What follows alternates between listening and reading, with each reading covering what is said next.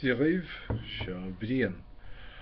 Guten Tag, hier ist Brian mit den Nachrichten aus Deutschland, und zwar SWR eigentlich. Ähm, Erst die Geschichte: Der baden-württembergische Kultusminister Stoch hat heute 30.000 pensionierte Lehrer angeschrieben. In dem Brief bittet er sie, beim Deutschunterricht für Flüchtlingskinder mitzuhelfen. Den Kindern fehlten die sprachlichen Voraussetzungen, um am Unterricht in den Regelklassen teilnehmen zu können. Die Lehrer sollen die jungen Asylsuchenden in Vorbereitungsklassen fit für die deutsche Schule machen.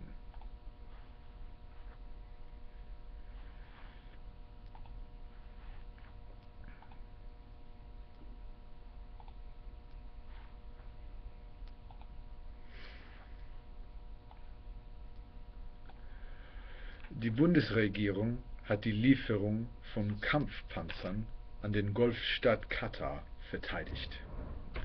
Eine Sprecherin des Kanzleramts sagte, die bereits 2013 von der damaligen schwarz-gelben Regierung genehmigte Lieferung sei nach wie vor vertretbar.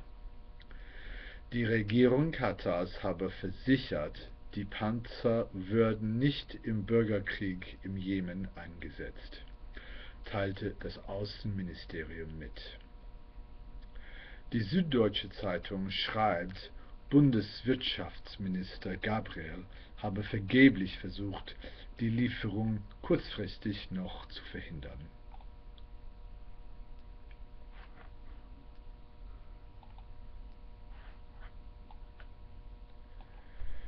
Die rechtskonservative AfD hat eine für heute in Karlsruhe geplante Veranstaltung absagen müssen.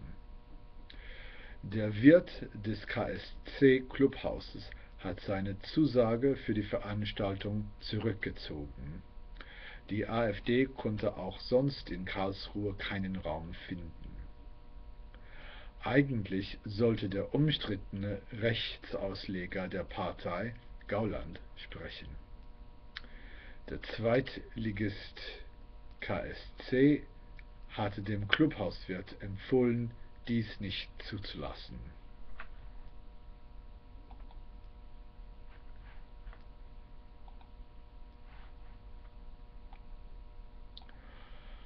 Baden-Württemberg will ab kommende Woche nicht anerkannte Asylbewerber schnell abschieben.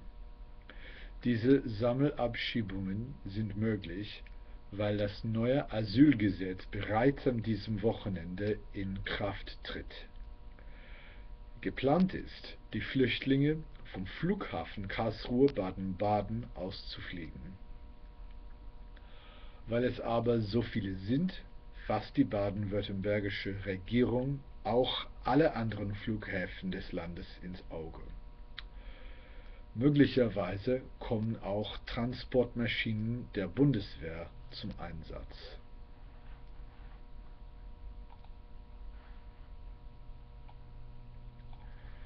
Die CDU in Rheinland-Pfalz hat die Landesregierung aufgefordert, mehr Polizisten einzustellen. Hintergrund ist die steigende Zahl von Wohnungseinbrüchen. Mindestens 300 neue Stellen müssten geschaffen werden, um Einbrüche zu verhindern oder aufzuklären.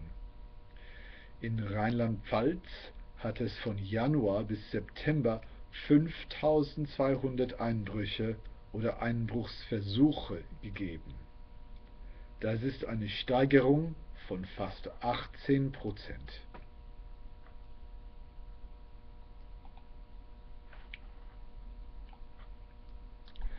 Schweden verschärft die Regeln für die Aufnahme von Asylbewerbern. Unter anderem werden Aufenthaltserlaubnisse befristet. Zudem sollen Asylanträge schneller bearbeitet und abgewiesene Asylbewerber schneller zurückgeschickt werden. Grenzkontrollen gibt es aber weiter keine.